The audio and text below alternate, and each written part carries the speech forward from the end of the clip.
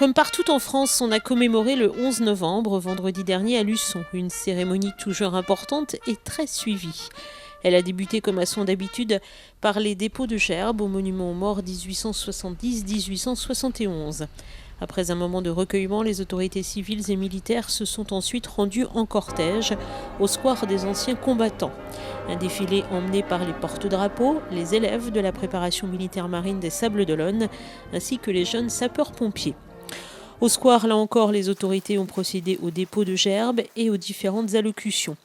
Par ailleurs, 5 personnes ont été décorées de la Croix du combattant, une croix créée à l'origine pour les poilus de la Première Guerre mondiale. Ils ont des droits sur nous, disait à l'époque Georges Clemenceau. Les 5 récipiendaires, Gilbert Robin, Jean-Claude Prévort, Franklin Caquinot, Alain Arignon et Guy Favry, ont tous servi la France et étaient particulièrement émus au moment de recevoir cette distinction.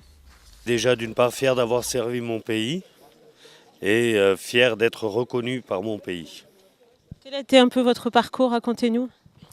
Engagé à 17 ans, je me suis engagé au mois d'octobre, parti au Liban au mois de janvier, fait mes 18 ans à Beyrouth. Ensuite j'ai fait le Tchad, la Centrafrique et 2 ans au Gabon en tant que moniteur piège en jungle. Qu'est-ce qui vous a poussé comme ça, à servir votre pays ?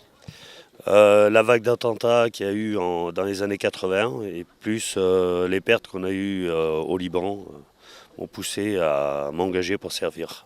C'est très important de s'en souvenir, de savoir que en dehors de la France, des jeunes hommes se battent pour éviter que des attentats se perturbent encore beaucoup plus la France. Bien, une très belle manifestation pour le 11 novembre, bien sûr.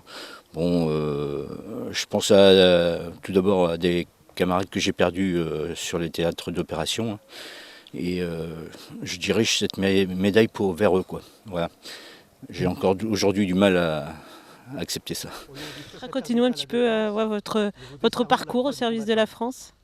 Je me suis engagé en 1975, simple soldat. En 80, je suis passé sous-officier. Ensuite, je suis muté en Allemagne, où j'ai participé à de nombreux exercices. Après, muté en Normandie, là je suis parti suite à la guerre du Golfe au Kurdistan, 2 mois environ. Et en rentrant, je suis parti au premier séjour de l'ONU à Sarajevo, à Zagreb, un peu partout, quoi. Et c'est là où j'ai perdu 2 camarades. C'est encore très présent, votre mémoire, oui. Toujours. Les camarades tombés au champ d'honneur, ce sont eux justement qui ensuite ont été honorés au carré militaire du cimetière de Luçon. Tous ces jeunes gens morts pour une certaine idée de la France, une France libre, des mots qui en cette période troublée ont toujours une résonance très particulière. Alors je pense que oui, parce qu'on a toujours tendance à dire que les jeunes deviennent égoïstes, ne pensent qu'à leur ego, leur personne, ils sont connectés partout et avec personne en fait, parce que quand on a 3000 amis, on ne peut pas s'en occuper un par un. Mais je pense quand même qu'en cas de coup dur, on pourra compter sur les jeunes, dans la mesure où de toute façon il faudra qu'ils survivent. Alors même s'ils vont se réveiller tard, si on prend le cas de 39-45, en 40 les Français ont dit Barca, c'est cuit. Et puis petit à petit, la résistance s'est organisée et les gens se sont relevés. Il ne faut pas oublier que pendant 39-45, il y avait 13 millions de Français attentistes. Ils attendaient de voir comment ça allait tourner.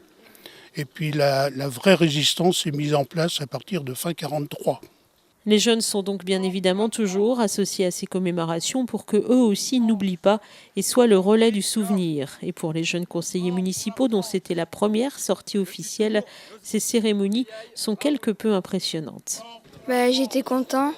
C'est triste quand même quand on dépose les germes. Et voilà. Ça veut de quoi pour toi le 11 novembre et la Première Guerre mondiale ? Ça m'évoque tous les morts, tous ceux qui sont battus pour nous. Et tu crois que c'est important de commémorer encore et de se souvenir de tous ces gens ?